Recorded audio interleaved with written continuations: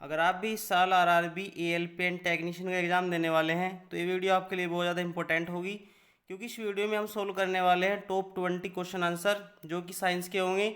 Science का weightage ALP में काफ़ी अच्छा होता है। आप इन क्वेश्चन को सोल्व करने की कोशिश करें, जिससे कि आने वाले एग्जाम में आप अच्छी तरीके से परफॉर्म कर पाएँ। तो पहला क्वेश्चन है इसमें, जब मैग्नीशियम को जलाया जाता है तो कौन सा यौगिक बनता है। ऑप्शन एक दिया है इसमें MgCl2, MgO, MgOs का ट्वाइस, MgCO3। तो सही उत्तर हो जाता है MgO। जब हम मैग्नीशियम को जलाते हैं तो MgO बनता है। आप यौगिक को इस तरीके समझिए, जब दो या दो से अधिक एलिमेंट्स को मिलाकर एक अलग एलिमेंट बनाया जाता है तो उसको आप यौगिक कह सकते हैं। इसकी एक बार व्याख्या देख लेते हैं। व्याख्या दी गई है इसमें, जब मैग्नीशियम जलता है तो ऑक्सीजन के साथ अभिक्रिया करके मैग्नीशियम ऑक्साइड MgO बनाता है। देखो, जब मैग्नीशियम को जलाते हैं तो ऑक्सीजन के साथ क्रिया करके मैग्नीशियम ऑक्साइड एक नया एलिमेंट बन जाता है। देखते हैं अगला क्वेश्चन। अभिक्रिया के दौरान द्रव्यमान का संरक्षण किस नियम के सिद्धांत से प्रतिपादित होता है। या आप इसको क्वेश्चन को इस तरीके से समझ लीजिए कि अभिक्रिया के दौरान द्रव्यमान का संरक्षण किस नियम से सिद्ध होता है। बोयल का नियम, गैसुला का नियम, द्रव्यमान संरक्षण का नियम, डाल्टन का नियम। तो सही उत्तर हो जाता है इसमें ऑप्शन 3, द्रव्यमान संरक्षण का नियम। देखिए अगला क्वेश्चन, इसकी व्याख्या में अगर आप देखें तो द्रव्यमान संरक्षण का नियम कहता है कि रासायनिक अभिक्रियाओं के दौरान द्रव्यमान की कुल मात्रा अपरिवर्तित रहती है। आप इसको इस तरीके से समझ सकते हैं कि जब केमिकल रिएक्शन होती है तो जो आपका मास होता है, द्रव्यमान, वो नहीं बदलता। सब कुछ बदल जाता है लेकिन आपका द्रव्यमान किसी भी स्थिति में नहीं बदलता। द्रव्यमान संरक्षण का सिद्धांत ये कहता है कि किसी भी स्थिति में अगर आप केमिकल रिएक्शन कर रहे हैं तो आपका द्रव्यमान नहीं बदलेगा। आगे देखें, एक रिएक्शन दी गई है, आपको बतानी है रिएक्शन किस प्रकार की है। 2H2 + O2, फिर है आपका 2H2O। किस प्रकार की अभिक्रिया है, संयोजन, विघटन, विस्थापन, द्विस्थापन। तो आप देखिए, दो अलग अलग तत्वों को मिलाकर एक नया तत्व बनाया जा रहा है तो एक संयोजन क्रिया बनती है इससे।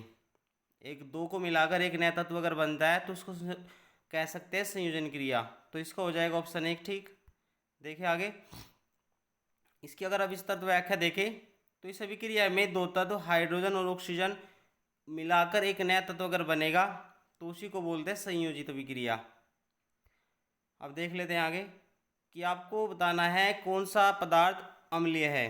तो दो तरह के पदार्थ होते हैं, एक अम्लीय होते हैं, दूसरे क्षारीय।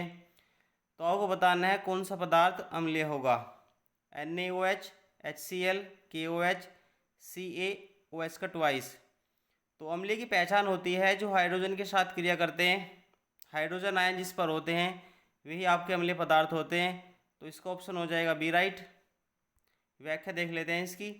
HCl एक अम्ल है जो पानी में घुलने के बाद में H+ आयन देता है। जो भी H+ आयन वाले पदार्थ होते हैं, तत्व होते हैं, एलिमेंट होते हैं, वे सभी आयन की आप कह सकते हैं कि अम्लीय श्रेणी में आते हैं। आगे देखें, निम्नलिखित में से कौन सा एक क्षार है। HCl, H2SO4, NaOH, CH3COOH। तो क्षार की पहचान होती है जो OH आयन देते हैं, जो OH आयन के साथ संयोग करते हैं उसी को बोला जाता है क्षार। तो इसका सही उत्तर हो जाएगा ऑप्शन सी, NaOH। इसकी व्याख्या अगर आप देखें तो NaOH एक क्षार है जो पानी में घुलने पर OH- आयन देता है। जब ये पानी में घुलेगा तो OH आयन माइनस देगा, इसलिए इसकी पहचान क्षार से की जाती है। देखिए अगला क्वेश्चन नंबर 6 दिया है कि नमक का निर्माण कैसे होता है। जो साल्ट आप यूज करते हैं खाने में, उसका निर्माण कैसे होता है। तो अम्ल प्लस धातु को मिलाकर, अम्ल प्लस अधातु को मिलाकर, अम्ल प्लस क्षार को मिलाकर, अधातु प्लस क्षार को मिलाकर। तो जब नमक का निर्माण होता है, साल्ट का, तो क्रिया हो जाती है आपकी अम्ल और क्षार की। ठीक है, तो इसका उत्तर हो जाएगा सी। अगर इसकी व्याख्या देखें तो अम्ल और क्षार की अभिक्रिया से ही आपका नमक और पानी बनता है। ठीक है, आगे देख लेते हैं। क्वेश्चन नंबर 7 दिया है कि कठोर पानी में कौन सा प्रभावी होता है। साबुन, डिटर्जेंट, सोडा, नमक। तो इसमें सही उत्तर हो जाएगा आपका ऑप्शन बी, डिटर्जेंट। कठोर पानी में आपका प्रभावी हो जाएगा डिटर्जेंट। अगर आप इसकी व्याख्या देखना चाहें तो इसकी व्याख्या में आपको मिलेगा, डिटर्जेंट कठोर पानी में भी प्रभावी रहता है क्योंकि ये कैल्शियम और मैग्नीशियम आयनों के साथ प्रतिक्रिया नहीं करता। तो जो आपका कठोर पानी होता है जिसको हार्ड वाटर बोला जाता है, ये आपका कैल्शियम और मैग्नीशियम आयनों के साथ भी कभी रिएक्शन नहीं कर पाता, इसलिए इसको हार्ड वाटर की श्रेणी में रखा जाता है। देखिए आगे क्वेश्चन। क्वेश्चन नंबर 8 दिया गया है कि विघटन अभिक्रिया के उदाहरण के रूप में कौन सा सही है। विघटन जो अभिक्रिया होती है, एक संयोजन अभिक्रिया, एक विघटन अभिक्रिया। तो क्वेश्चन में पूछा गया है कि विघटन अभिक्रिया का कौन सा उदाहरण सही हो सकता है। तो आपको इसका सही उत्तर हो जाएगा option B, CaOCl3 CaO plus CO2। जब आपकी कार्बन डाइऑक्साइड गैस इससे अलग हो रही है, देखो विघटन का मतलब होता है विखंडन होना। एक पदार्थ को दो या दो से अधिक पदार्थों में जब तोड़ देते हैं तो उसको बोला जाता है विखंडन की क्रिया। अगर इसकी आप व्याख्या देखो तो विघटन अभिक्रिया में एक यौगिक टूटकर दो या दो से अधिक सरल पदार्थों में बन जाता है। ठीक है, तो सिंपली आप इसको ऐसे समझ सकते हैं। क्वेश्चन नंबर दिया है 9, संक्षारण क्या होता है। संक्षारण को आप इंग्लिश में अगर समझे तो कोरोजन।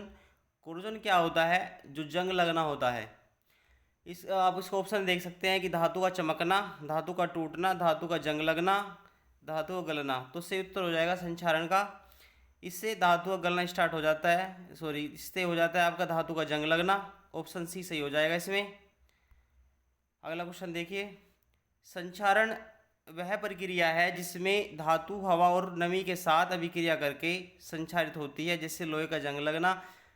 लोहे का जंग लगना अगर आपसे पूछे कैसे अभिक्रिया है, तो एक रासायनिक अभिक्रिया होती है। दूसरी बात आप इसको ऐसे समझ सकते हैं कि लोहे का जंग, जो लोहे पे जंग लगता है वो किस कारण लगता है, तो ऑक्सीजन और नमी के साथ आसपास में आने से। जब ऑक्सीजन और नमी आती है तभी किसी लोहे की वस्तु पर जंग लगता है। देखते हैं आगे क्वेश्चन। क्वेश्चन 9 दिया गया है कि कार्बन कितने बंध बना सकता है। 1 2 3 4। तो सही उत्तर हो जाएगा इसमें ये 4 बंध बना सकता है। इसकी अगर व्याख्या देखें तो कार्बन में 4 संयोजकता होती है। देखो जितनी संयोजकता होती है कोई भी एलिमेंट, उतने ही आपके बॉन्ड बना सकता है। तो जैसे कार्बन की 4 संयोजकता होती है, 4 आप ऐसे समझ ले। इसके आउटर जैसे कार्बन का जो परमाणु क्रमांक होता है वो 6 होता है, 6। तो इसके आउटर सेल में होते हैं 4 एलिमेंट्स। तो 4 एलिमेंट ही इसकी संयोजकता होती है। आगे देखें। क्वेश्चन नंबर 10 है कि कार्बन की यौगिकों की कौन सी विशेषता नहीं है। जो कार्बन के यौगिक होते हैं उनकी कौन सी विशेषता नहीं है, जैसे लंबी श्रृंखला बनाना, विभिन्न प्रकार के बंध बनाना, ऊष्मा का अच्छा चालक होना, जीवन के लिए आवश्यक होना। तो सही उत्तर हो जाएगा इसके ऑप्शन सी, ये ऊष्मा का इससे कोई रिलेशन नहीं होता, तो इसलिए उत्तर सही हो जाएगा सी। आगे देखें कि एथेन का रासायनिक सूत्र क्या होता है। C2H4 C2H6 C3H6 C3H8।